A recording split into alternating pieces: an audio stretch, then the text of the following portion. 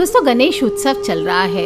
ऐसे में गणेश जी के बारे में हम छोटी छोटी बातें करते हैं, उनके महात्म्य का बखान करते हैं तो गणेश जी बड़े प्रसन्न होते हैं। कहते हैं कि गणेश जी का विवाह नहीं हो रहा था। किससे हुआ, कब हुआ, उनके विवाह में रुकावटें क्यों आ रही थी, इसके बारे में आज हम बात करेंगे। भगवान शिव और देवी पार्वती के पुत्र गणेश जी की पूजा सभी भगवानों में श्रेष्ठ मानी गई है और सर्वप्रथम मानी गई है। प्रथम पूज्य हैं गणपति और हर शुभ कार्य से पहले इनकी पूजा की जाती है।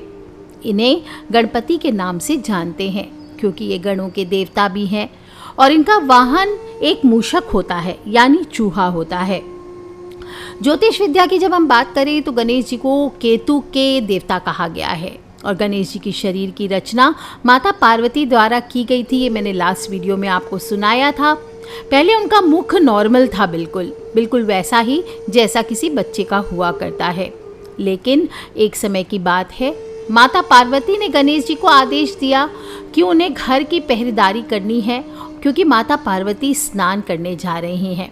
गणेश जी को आदेश मिला कि जब तक पार्वती माता स्नान ना कर ले तब तक घर के अंदर कोई ना आए। तभी दरवाजे पर भगवान शंकर आ गए और अंदर जाने की जिद करने लगे, पर गणेश जी ने उन्हें अपने ही घर में प्रवेश करने से मना कर दिया, जिसके कारण शिव जी क्रोधित होकर गणेश जी का धड़ सिर से अलग कर दिया।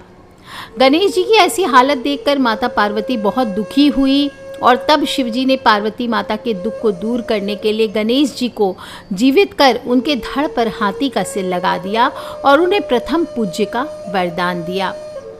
गणेश जी के 2 दंत भी थे यानी दांत थे, क्योंकि हाथी का सिर लगा था तो 2 दंत होना निश्चित ही है।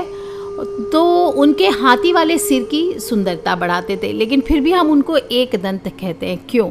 क्योंकि परशुराम जी के साथ युद्ध करने के कारण गणेश जी का एक दांत टूट गया था और तब से वे एक दंत कहलाए।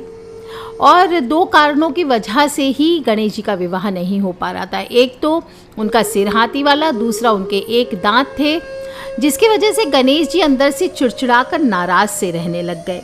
जब भी गणेश जी किसी अन्य देवता की शादी में जाते तो उनके मन को बहुत ठेस पहुंचती थी। उन्हें ऐसा लगता था अगर मेरा विवाह नहीं हो पा रहा है तो मैं किसी और का विवाह भी शांति से नहीं होने दूंगा, और इसलिए उन्होंने देवताओं के विवाह में बाधाएं डालनी शुरू कर दी और इस काम में उनकी सहायता उनका चूहा किया करता था। वह मूषक गणेश जी के आदेश का पालन कर विवाह के मंडप को नष्ट कर देता था, जिसके विवाह में रुकावट आ जाती थी और गणेश जी और चूही की मिली भगत से सारे देवता इस वजह से परेशान हो गए। तब जाकर के शिव जी को अपनी गाथा सुनाने लगे, परंतु इस समस्या का हल शिव जी के पास भी नहीं था। तब शिव पार्वती ने बोला कि इस समस्या का निवारण तो ब्रह्मा जी ही कर सकते हैं। ये सुनकर सभी देवतागण ब्रह्मा जी के पास गए। तब ब्रह्मा जी योग निद्रा में लीन थे। कुछ देर बाद देवताओं के समाधान के लिए योग से 2 कन्याएं रिद्धि और सिद्धि प्रकट हुई। दोनों ब्रह्मा जी की मानस पुत्री थी और दोनों पुत्रियों को लेकर ब्रह्मा जी गणेश जी के पास पहुँचे और बोले कि आपको इनको शिक्षा देनी है।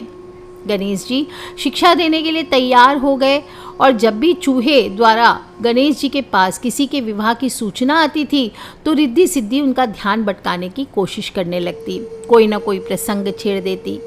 ऐसा करने से हर विवाह बिना किसी बाधा के पूर्ण होने लगा। परंतु एक दिन गणेश जी को सारी बात समझ में आ गई जब चूहे ने उन्हें देवताओं के विवाह बिना किसी रुकावट के संपूर्ण होने की बात बताई।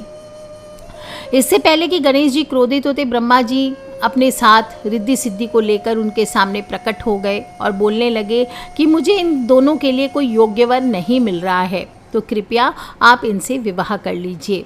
इस प्रकार गणेश जी का विवाह बड़ी धूमधाम से और रिद्धि सिद्धि के साथ हुआ और बाद में 2 पुत्रों की प्राप्ति हुई, जिनके नाम शुभ और लाभ लिखे जाते और ये सब परिवार मिलकर के हमारे मुख्य द्वार की, हमारे घर की रक्षा करते हैं। तो बोलिए रिद्धि सिद्धि दाता भगवान गणेश जी महाराज की जय।